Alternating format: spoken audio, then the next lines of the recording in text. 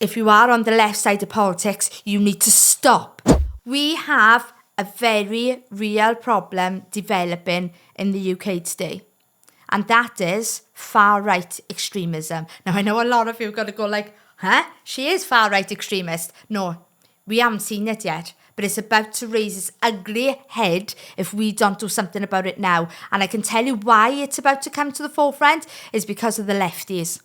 The left narrative of chucking mud at the centrists and saying that they are far-right is making some people go very, very extreme. And we all know what far-right extremism looks like. It looks like Nazi Germany. And if we are not careful, that is what's going to rear its ugly head and we're going to have civil war on our hands, right? We need to be a bit more careful when we are talking about far-right extremism. I know that Tommy Robinson has been dubbed a far-right extremist. So has Russell Brand this week, which is mental. I mean, that guy went from left to centre. He's not left to far-right extremism. Just because he's now a Christian does not mean that he's a far-right extremist. But Bishop Tyrion Dwar, who's spoken openly about the issues within the UK. You've got Liam Tufts. There's lots of them. Katie Hopkins. They're all dubbed as these far-right extremists.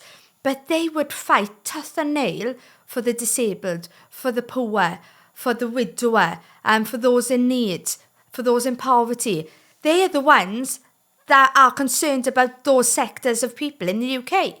I can tell you now that far-right extremists do not give two hoots about the disabled, about the widower, about the lonely, about children. What they want is a poor race.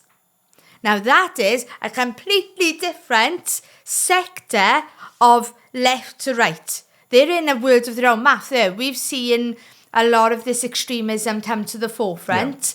Yeah. How dangerous do you think it is right now? Well, it's really dangerous when this is the leftist ideologies that they're going to paint anyone who disagrees with them as Nazis. Mm-hmm. And then it diminishes the word and it diminishes the horrors of what that regime actually did. Yes. Doesn't it? Ultimately, when you're just there calling people who want, secure borders a Nazi and equating that to the, to the murder and horrific acts committed during the Second World War, yeah. The word itself then it means nothing. Yes. Because you're throwing it around just because it's slanderous, because you're just going to chuck all of these insults against the wall and hopefully something will stick. But it diminishes that word. And no, believing in strong borders and believing that there are only two sexes and two genders and that they're linked together, and believing that boys can't become girls is not far-right extremism. I'm sorry, but it's just pretty much central, right down the line. Right-leaning, maybe, sure. But far-right extremists, just go and run. I know, and I think that we need to make the reference that you can believe these things. So like what Matthew said, all the subjects that Matthew just brought up, and that makes you a centrist and maybe a little bit right-leaning. Yeah, right? Fair enough. However, the difference is if we started protesting that we killed these people. So if we just rounded up all of the Muslims and just thought, yeah, they need to be killed, put in concentration camp and killed, that's absolutely disgusting. And I would be out there rallying to save them, because that is not who we are.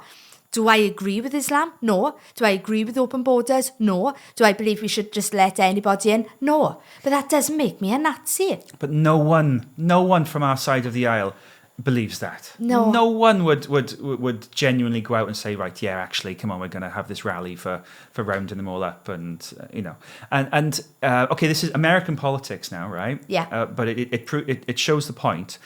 Barack Obama, Hillary Clinton, Chuck Schumer, all the main leaders of the sort of Democratic side. There's clips of them 15, 20 years ago. They're espousing MAGA politics. Yes. They say the same thing 15, 20 years ago as Donald Trump's policies are now. But so who has shifted here?